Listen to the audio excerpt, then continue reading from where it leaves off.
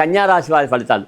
ఈ కన్యా రాశి వారి ఫలితాలు ఏమిటాయంటే ఉత్తర 2, 3, 4 పాదాలు, అలాగే హస్త 1, 2, 3, 4 పాదాలు, అలాగే మరి చిత్తా నక్షత్రంలో 1, 2 పాదాలు.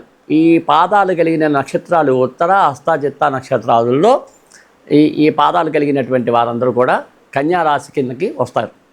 వీళ్ళకి ఆదాయం ఈ సంవత్సరం అంతా 14, వ్యయం 2.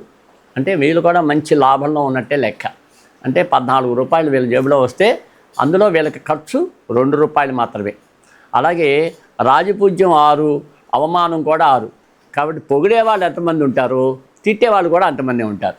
కాబట్టి ఈ రకంగా చూసినట్లయితే రాజపూజ్యము, అవమానం 2 సమానంగా ఉన్నాయి.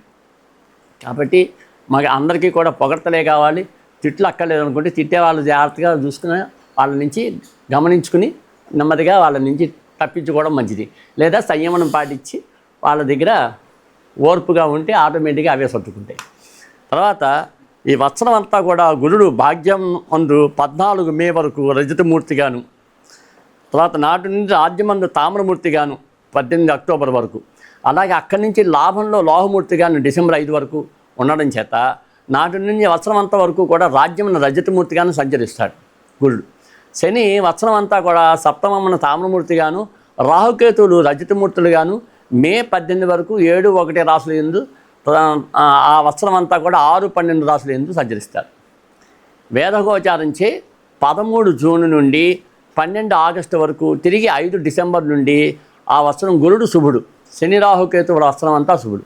కాబట్టి ఇక్కడ కన్యారాశి వారికి కూడా గురుడు కానీ, శని కానీ, రాహుకేతువులు కానీ వీళ్ళ నలుగురు కూడా 9 గ్రహాల్లో వీళ్ళ నలుగురు గ్రహాలు కూడా శుభులుగానే ఉన్నారు. వాళ్ళు మంచి ఫలితాలనే ఇస్తారు సంవత్సరం అంతా కూడా.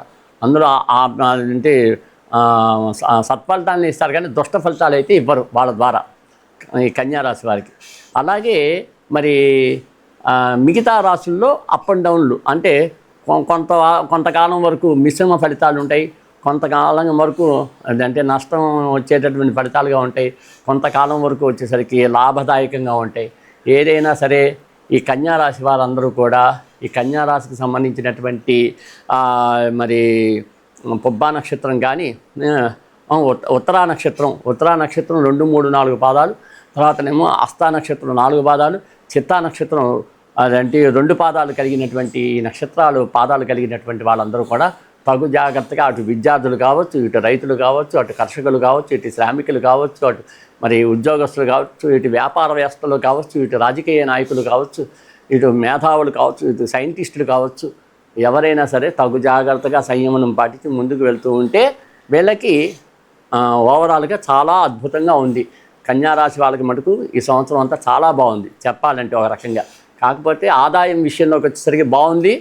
మరి రాజపూజ్య అవమానాల్లోకి వచ్చేసరికి సగం మంది తిట్టేవాళ్ళు, సగం మంది పొగిడేవాళ్ళు. అదినకాలం ఇంట్లో బంధువులు కావచ్చు, అలాంటి వీధిలో మిత్రులు కావచ్చు, అనుకోని సంఘటనలు కూడా వచ్చే అవకాశాలు ఉంటాయి. వీళ్ళందరి గురించి చాలా జాగ్రత్తగా సంయమనం పాటించి ముందుకు రావాల్సిందిగా కోరుతూ ఇటు మన కన్యారాశి ఫలితాలు ఇక్కడితో సమాప్తం.